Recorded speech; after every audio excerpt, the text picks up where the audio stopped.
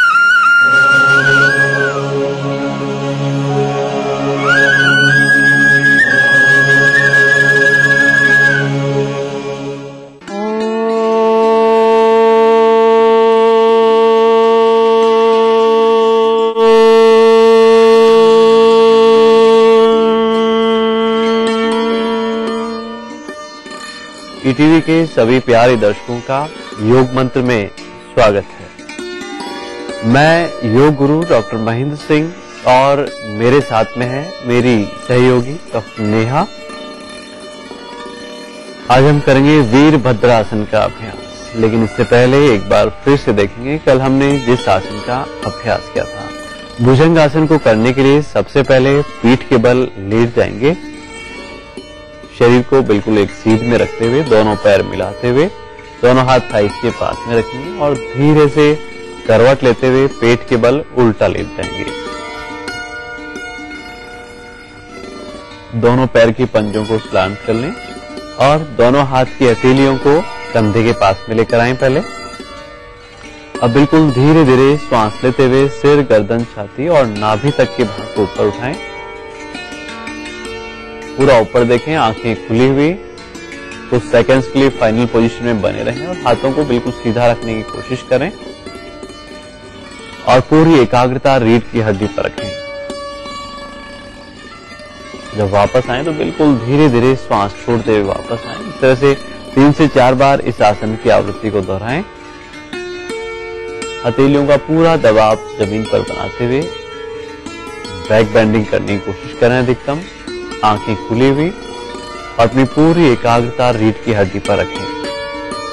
और जब वापस आए तो बिल्कुल धीरे धीरे श्वास छोड़ते हुए वापस आए। वीरभद्रासन को करने के लिए सबसे पहले अपने स्थान पर खड़े हो जाएंगे।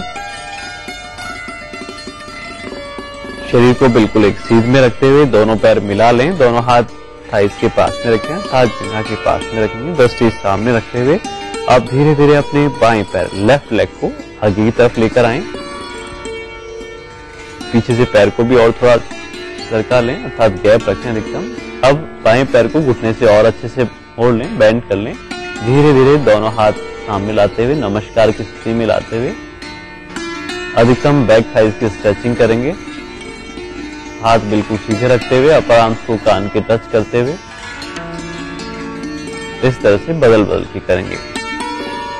दोनों पैरों में अच्छे से फासला रखें। अब दूसरी तरफ से दाहिने पैर को अच्छे से घुटने से मोड़ लें, जितना मोड़ सकते हैं, और बैक थाइस को स्ट्रेच करें जितना कर सकते हैं। हल्का सा चेस्ट को भी एक्सपेंड करते हुए दोनों हाथों को पीछे की तरफ ले जाएं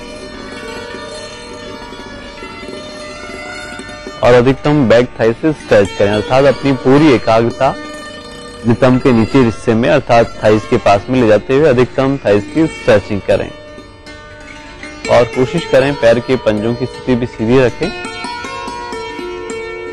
अपर आर्म्स को कान के टच करते हुए शरीर का संतुलन बनाए रखें इस स्थिति में और श्वास की गति सामान्य रखें। फाइनल पोजीशन में जाने के बाद श्वास की गति भी सामान्य रखें। पहले घुटनों से अच्छे से मोड़ लें पैरों को।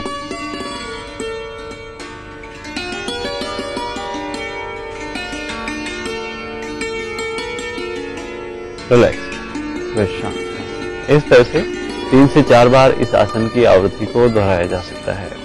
बेहद उपयोगी है ये वीरभद्रासन का अभ्यास। इससे हम अपने शरीर का संतुलन भी जान सकते हैं और जिनको लोअर एब्डोमेन पे एक्स्ट्रा फैट है या फिर नितंब और कमर पे एक्स्ट्रा फैट है, जंघा पर एक्स्ट्रा फैट जिनको है, एक्स्ट्रा चर्बी जिनको रहती है, उनके लिए भी बेहद उपयोगी है ये वीरभद्रासन का अभ्यास। हाथ और पैरों की मजबूती बढ़ती है, लेकिन ध्यान रखें घुटनों में दर्द हो तेज तो जबरदस्ती इस आसन का अभ्यास नहीं करेंगे। आज का योग मंत्र है, हमें अपने शरीर की प्रकृति को जानकर ही भोजन का सेवन करना चाहिए। अर्थात यदि शरीर में वात अधिक बनती है, वायु विकार अधिक होते हैं, तो हमें चावल आदि खट्टे पदार्थों का सेवन बिल्कुल भी नहीं करना चाहिए। तो आज के लिए बस इतना ही। कल हम फिर हाजिर होंगे एक नए योग मंत्र के साथ। तब तक के लिए नमस्कार।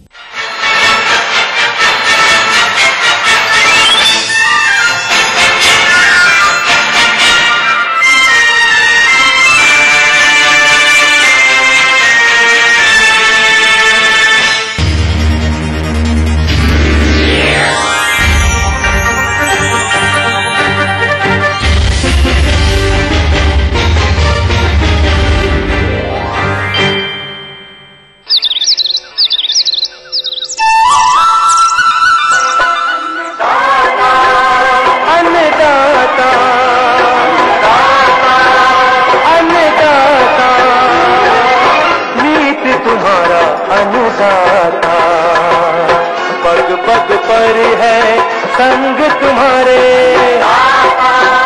अन्नदाता, लहू किसानों का बन के पसीना सींचता है धरती का सीना। मेहनत का तेरी हक दिलवाने, नई तकनीक नई खोज बताने, पशुधन को गुणवान बनाना, पौध सुरक्षा खोज खिलाना, खेती के सब गुर समझाने, भारत का सरताज बनाने, हाथ पहरी है संग तुम्हारे अन्नदाता,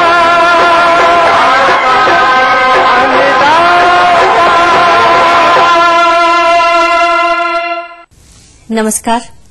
अन्नदाता कार्यक्रम में आप सभी का स्वागत है। आइए एक नजर डालते हैं आज के मुख्य अंशों पर। पछेती गेहूं की फसल का प्रबंधन कैसे करें?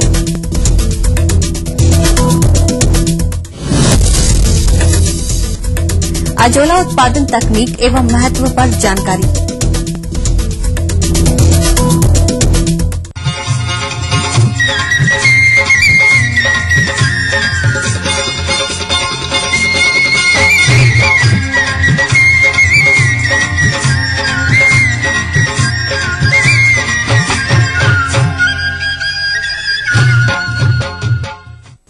रबी मौसम में उगाई जाने वाली खाद्यान्न वर्गीय फसलों में गेहूं का नाम प्रमुखता से लिया जाता है।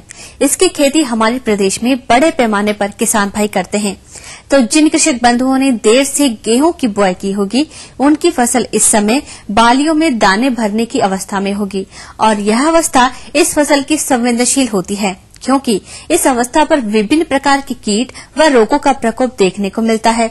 ऐसे में किसान भाइयों को चाहिए कि समय रहते प्रबंधन कार्यों को अपनाएं, अन्यथा आपकी फसल कीट एवं रोगों व खरपतवारों से प्रभावित हो जाएगी। परिणाम स्वरूप आने वाले दिनों में प्रति इकाई क्षेत्र से बहुत कम उपज में संतोष करना पड़ेगा। हमारे संवाददाता के भ्रमण के दौरान कुछ ऐसे कृषकों से मुलाकात हुई जिनके गेहूं की फसल में समस्याएं प्रतिबिंबित हो रही है। तो आइए सुनते हैं इनकी समस्याओं को। समस्या हमारा गेहूं में जो है कि सूख रहा है शीशा, और घींचने के बाद आसानी से घींचा जा सकता है और 6-7 दिन के अंदर ही 10% फैल चुका है हमारा गेहूं में। इस समस्या का समाधान क्या होगा, आगे भविष्य में नहीं होना चाहिए, इस समस्या का समाधान के लिए जानना चाहते हैं। हमारा समस्या है कि गेहूं हमारा पिछाट है, शीशा जब दूध भरने लायक है उसमें कीड़ा पकड़ लिया है, शीशे के ऊपर में पकड़ लिया है दूध भरने के जगह पर। कीड़ा तो ला ही बोलता। इस समस्या से कैसे मुक्त होने का क्या उपाय है? और अधिक जानकारी के लिए मिलते हैं भोला पासवान कृषि महाविद्यालय पूर्णिया के वरिष्ठ कीट वैज्ञानिक डॉक्टर IN शर्मा से। शुरू से ही इसमें एक कीट जिसे पिंक बोरर या गेहूं का तना छेदक कीट कहते हैं, उसका आक्रमण वेजिटेटिव से लेकर के रिप्रोडक्टिव फेज तक होता है। इसका लक्षण जो है कि जो गाभा निकलता है, नई पत्तियां निकलती हैं या बाली निकलती हैं, वह भाग सूख जाता है। तो आप दूर से ही देखेंगे तो ऊपर की बालियां इस समय उजली दिखाई पड़ेगी। आप समझ लें कि इसका आक्रमण स्टेम बोरर का हो चुका है। इस कीट का जो आक्रमण है अंतिम दौर में होने पर उसमें आप कुछ नहीं कर सकते हैं, लेकिन वेजिटेटिव ग्रोथ के समय यदि इस तरह का गाभा सूखने का लक्षण दिखाई पड़े, उस समय आप इसका नियंत्रण कर सकते हैं। इसके लिए आप समेकित कीट प्रबंधन की विभिन्न विधियों को अपना करके इसके पॉपुलेशन को कम करके और अपनी फसल को बचा सकते हैं। उसमें सबसे पहला है कि आप गर्मी के समय में अपने खेत को मिट्टी पलटने वाले हल से गहरी जुताई करके और उसको खुला 2-4 दिनों तक छोड़ दें, जिससे उसका पीपा या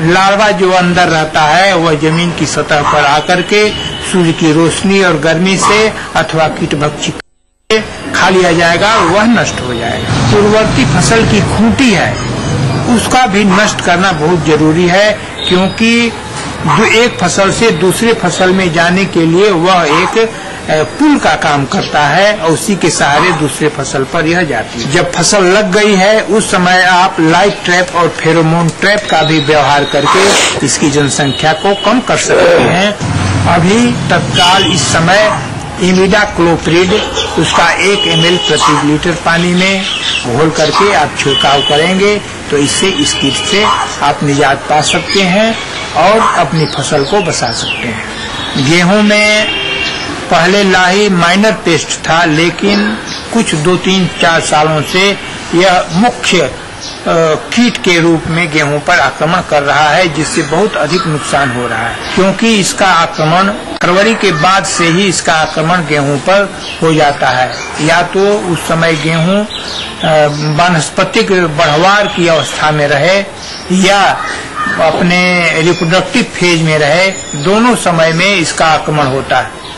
वानस्पतिक बढ़वार में यह पत्तियों पर या उसके तना पर नन्हे हरे कीट एक झुंड में रह करके उससे रस चूसते रहते हैं और उससे इसको रुग्ण अवस्था में, रोगी की अवस्था में इसको पहुंचा देते हैं, जिससे उसमें बालियां निकलेंगी भी तो वह बालियां छोटी होगी, उसमें दानों की संख्या कम होगी और उससे आपका उपज में काफी ह्रास हो जाता है। और यदि इसका आक्रमण आपको बाली निकलने की अवस्था में है तो पूरी बाली पर इसके कीट या तो निम्फ रहेंगे या एडल्ट पंख वाले, दोनों अवस्था में यह उसके बाली पर चिपक करके उससे रस चूसता रहता है।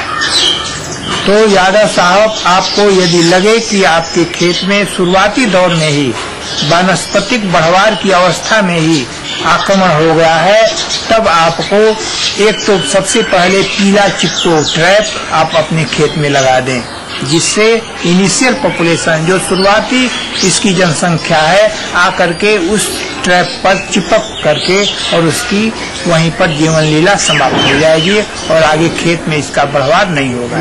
कि कीटनाशक दवाओं का प्रयोग करना अति आवश्यक हो जाता है। इमिडाक्लोप्रिड, उसका मेटासिस्टॉक्स, इन दोनों में से किसी एक दवा का 1 ml प्रति लीटर पानी में घोल करके आप इस फसल पर छिड़काव कर सकते हैं। कि छिड़काव जो है वह सुबह 8 बजे या 9 बजे के पहले या शाम को 3 बजे के बाद करें, जिससे उस पर जो लेडी बर्ड बीटल रहती है, जो इसका प्राकृतिक कंट्रोल करता है, उससे बचाव हो जाए और आपकी लाही का नियंत्रण अच्छी तरह से हो जाएगा।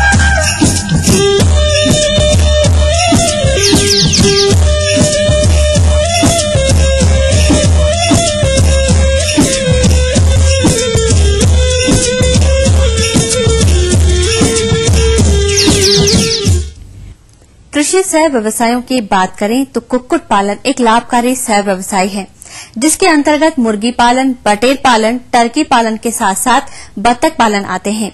इनके अंतर्गत यदि हम बत्तख पालन की बात करें तो यह भी कोई कम लाभकारी व्यवसाय नहीं है, क्योंकि बतखों में रोग रोधिता मुर्गियों की तुलना में अधिक होती है।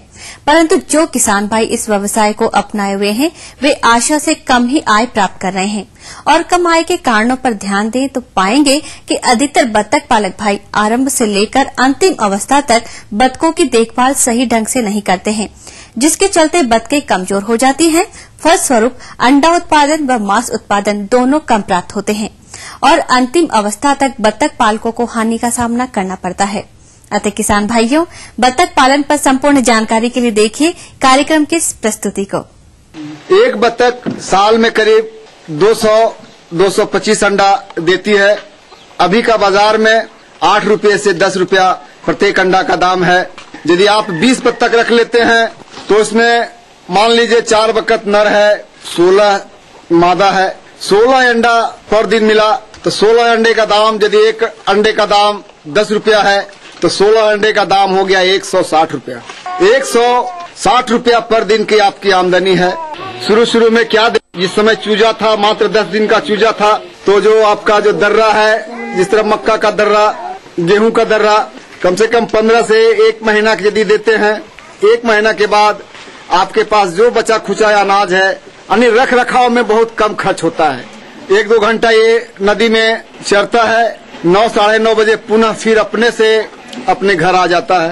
किसान भाइयों, बत्तख पालन एक लाभकारी व्यवसाय है, जिस तरह बत्तख हम पाल रहे हैं, हम आपसे भी अपेक्षा करेंगे जो इस व्यवसाय को आप भी अपनाएं और फायदा उठावें।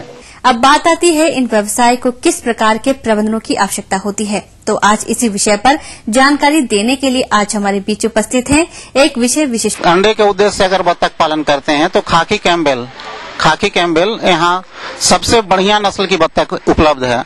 वैज्ञानिक ढंग से बत्तख पालन करने पर 250 से 260 अंडे खाकी कैम्बेल नस्ल से आसानी से प्राप्त किए जा सकते हैं एक साल में। आवास के लिए एक हवादार कमरे की जरूरत है। पशु पक्षी उसमें आक्रमण न करें, उसके लिए उसकी सुरक्षा की जरूरत होती है। अपने घर में कुछ 2 फीट गहरा, 2 फीट चौड़ा और 10 फीट लंबा एक हौदे की तरह का बना लें और 15 से 20 दिनों के बाद उसकी पानी को बदलते रहें। बत्तख पालन में उससे ज्यादा पानी की जरूरत नहीं होती है। लोगों को ऐसा लगता है कि बत्तख पालन के लिए तालाब की जरूरत है, पर ऐसा है नहीं। दूसरा है इसके खान पान की बात अगर थोड़ी करते हैं तो जैसे है कि बत्तख जो है चर के अपना भोजन ज्यादातर प्राप्त कर लेती है। अगर आप इसको तालाब में भेजते हैं तो छोटे मोटे कीड़े मछलियां खा के अपना भोजन पूरा कर लेती है। बत्तख के लिए एक संतुलित दाना मिश्रण तैयार करने का नमूना मैं बता रहा हूँ।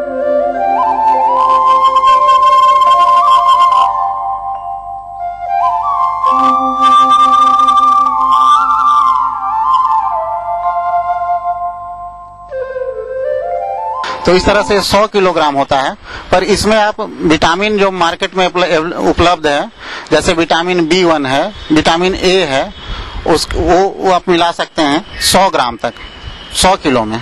14 से 15 रुपए प्रति किलो के हिसाब से खर्च पड़ता है। एक बत्तख को एक दिन में 150 ग्राम तक खाने की आवश्यकता होती है। मुर्गियों की तुलना में बत्तख में रोग बहुत कम लगते हैं। जैसे मेनली एक तो उसमें प्लेग होता है, जिसमें कि हर जगह देखेंगे पूरे शरीर में उसका धब्बा दिखना शुरू हो जाएगा। बत्तख लंगड़ाना शुरू कर देगी, एक दो दिन में मौत हो जाती है उसकी। तो उसका टीका उपलब्ध है बाजार में, आप आसानी से क्रय करके लगा सकते हैं। 15 दिनों के अंदर ही सारे टीके लग जाते हैं। अगर आप एक दिन का चूजा लेना चाहते हैं तो 10 से 15 रुपए में उपलब्ध है। चूजा 15 दिनों का अगर लेना चाहते हैं तो ये 55 रुपए में मिलता है और ये रामकृष्ण मिशन रांची में उपलब्ध है खाकी कैम्बेल का। बत्तख की एक खासियत होती है, वो 5-5.5 महीने के बाद अंडे देना शुरू कर देती है और एक साल में 250 अंडे तक देती है। वैज्ञानिक विधि से अगर इसका खान पान दिया जाता है तब 2 साल के बाद आप इसको फिर मार्केट में खाने के पर्पज से बेच सकते हैं।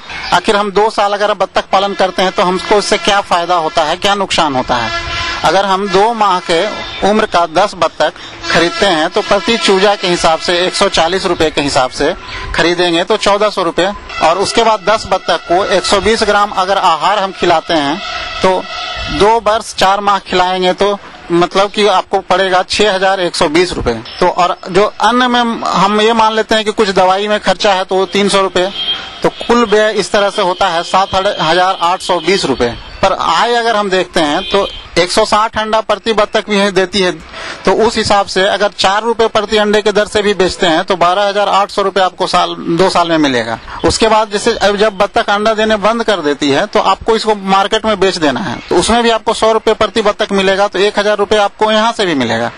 तो इस तरह से आपका जो कुल आय होगा वो 13,800 रुपए है, और आपका जो इसमें जो लगा हुआ पैसा है वो 7,820 रुपए ही है।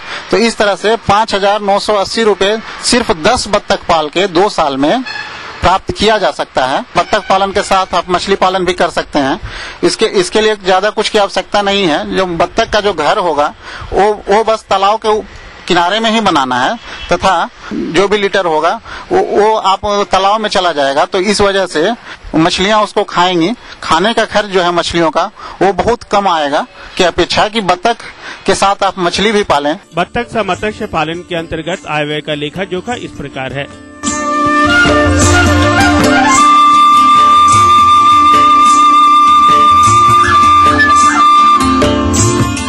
किसान भाइयों, आप इन बातों का अमल करते हैं तो मछली पालन के साथ आप बत्तख पालन भी कर सकते हैं। कम लागत में अधिक से अधिक लाभ आप कमा सकते हैं। हम फिर हाजिर होंगे, लेकिन इस ब्रेक के बाद।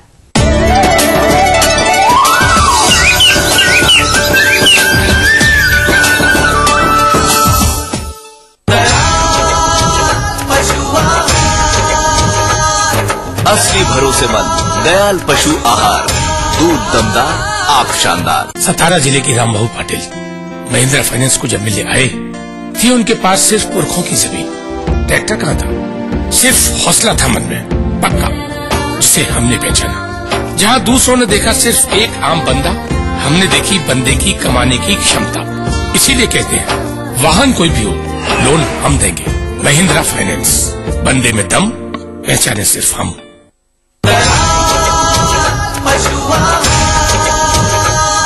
असली भरोसेमंद दयाल पशु आहार, दूध दमदार, आप शानदार।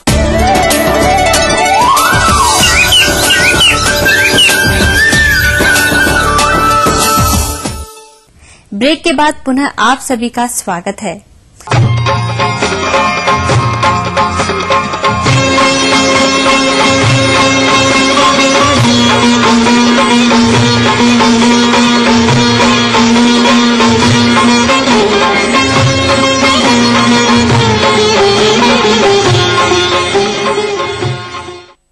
हमारे प्रदेश के लगभग सभी किसान भाई दुधारू पशुओं का पालन करते हैं, परंतु पशुपालकों को अपने पशुओं हेतु वर्ष भर हरा चारा नहीं मिल पाता है, और चूंकि हरा चारा पशु पोषण का एक महत्वपूर्ण अंग है, अतः इसकी कमी या अनुपलब्धता के चलते पशुओं में विभिन्न समस्याएं जैसे अंधापन, समय पर गर्मी में न आना, बांझपन, दुग्ध उत्पादन कम होना इत्यादि देखा जाता है। वहीं दूसरी तरफ पशुओं को संतुलित आहार प्रदान करने हेतु पशुपालकों को अधिक धन भी व्यय करना पड़ता है, जिसके कारण दुग्ध उत्पादन लागत बढ़ जाती है और पशुपालकों को नुकसान उठाना पड़ता है।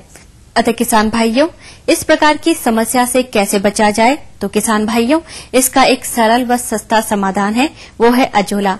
अजोला एक जलीय वनस्पति है जिसका आप अपने घर पर बहुत ही कम लागत में उत्पादन कर पशुओं के लिए हरे चारे की समस्या को दूर कर सकते हैं। साथ ही पशु आहार में इसका प्रयोग कर अधिक दुग्ध उत्पादन के साथ साथ पशु पोषण में कमी के चलते पशुओं में आने वाली विभिन्न समस्याओं से छुटकारा भी पा सकते हैं। तो किसान भाइयों, आइए जानें अजोला का महत्व एवं इसकी उत्पादन तकनीक आदि के बारे में। संपूर्ण जानकारी के लिए आज हमारे बीच उपस्थित है एक विषय विशेषज्ञ डॉक्टर देवाशीष राय।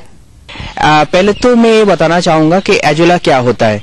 एजोला पानी में उगने वाला एक फर्न है जिसमें के 10 से 12% खनिज पदार्थ, 30 से 40% तक प्रोटीन और काफी अच्छा अमीनो एसिड जैसे हाई क्वालिटी अमीनो एसिड उसमें पाया जाता है। एजोला को एक तो हम गाय और भैंस को दे सकते हैं, उसको मुर्गी पालन में भी यूज किया जा सकता है, सुअर पालन में यूज किया जा सकता है।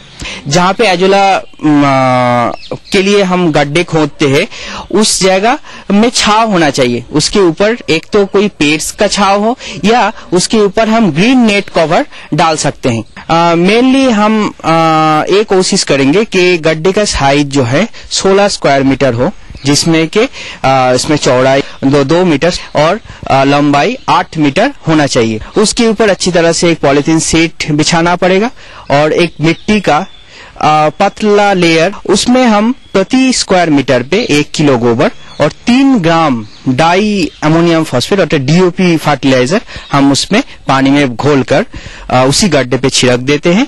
उसके पश्चात उसमें पानी भर देते हैं। एक चीज हमें और ध्यान रखना पड़ेगा, पानी का पीएच के बारे में हमें देखना पड़ेगा। पीएच मेनली होना चाहिए 5 से 7 के बीच में, अर्थात ज्यादा खारा पानी एजोला के लिए सही नहीं है। पानी का टेम्परेचर होना चाहिए 20 से 30 डिग्री सेंटीग्रेड के बीच में।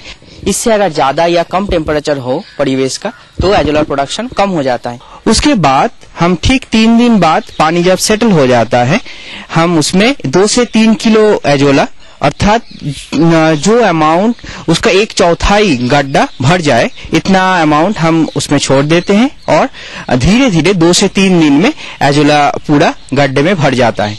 हम ये जानते हैं कि एजोला प्रोडक्शन में मेन चीज है एक तो नाइट्रोजन और एक फास्फोरस। तो इसके लिए कॉन्टिन्यूअस सप्लाई जैसे नाइट्रोजन का और फास्फोरस का होना चाहिए। प्रति हफ्ते में वही 16 किलोग्राम गोबर, मतलब 1 स्क्वायर मीटर एरिया पे 1 केजी गोबर और एक प्रति स्क्वायर मीटर 3 ग्राम डीएपी वही पानी में घोलकर हमें गड्ढे में छिड़कना पड़ेगा। कम से कम 2 से 3 दिन पुराना गोबर हम यूज कर सकते हैं। एक चीज और हमें डिस्कस करना पड़ेगा कि एजोला जब प्रोडक्शन होता है धीरे धीरे मिट्टी में नाइट्रोजन का मात्रा कम हो जाता है, क्योंकि मिट्टी का नाइट्रोजन भी जो मिट्टी हम एजोला पॉन्ड के ऊपर बिछाए थे उस मिट्टी में भी नाइट्रोजन का मात्रा कम होने से एजोला